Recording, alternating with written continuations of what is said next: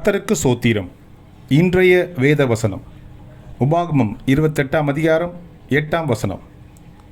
கர்த்தர் உன் களஞ்சியங்களிலும் நீ கையிடும் எல்லா வேலையிலும் உனக்கு ஆசீர்வாதம் கட்டளையிடுவார்.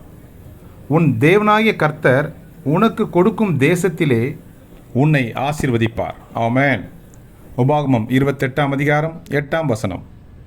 கர்த்தர் உன் களஞ்சியங்களிலும் நீ கையிடும் எல்லா வேலையிலும் உனக்கு ஆசீர்வாதம் கட்டளையிடுவார்.